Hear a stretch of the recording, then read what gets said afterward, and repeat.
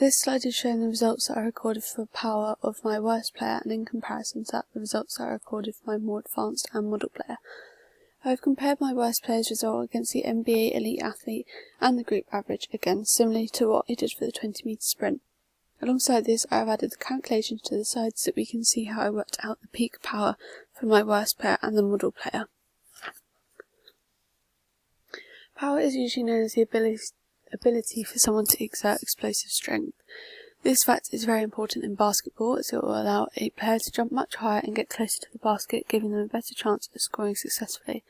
This is why for my worst player it is important for them to focus on improving. Alongside this, having a low score can help you find which type of muscle fibre you have. If you have a majority of slow twitch, you know that you'll be better at endurance side of basketball. However, as my player has a shooting forward position, they will need to rely on fast twitch muscle fibres because they rely on sprints much more to get down the court to shoot. In the test, my performer jumped to a height of 46 centimetres. This suggests that their leg power is quite low and needs improvement because when compared to my better player's jump of 72 centimetres, 46 is very low.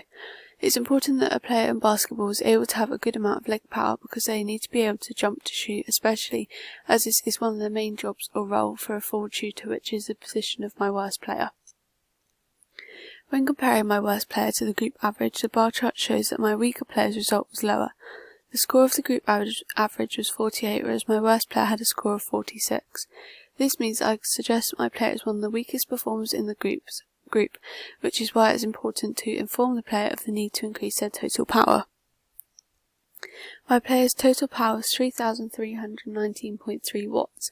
However, if I was to then compare this to the elite NBA athlete whose total power score is 8,362.9 watts, I can suggest that the overall force that my player could produce in the jump was a lot lower. To calculate my worst player's peak power, I took their body weight in kilograms, which was 57, and their jump height, which was 46.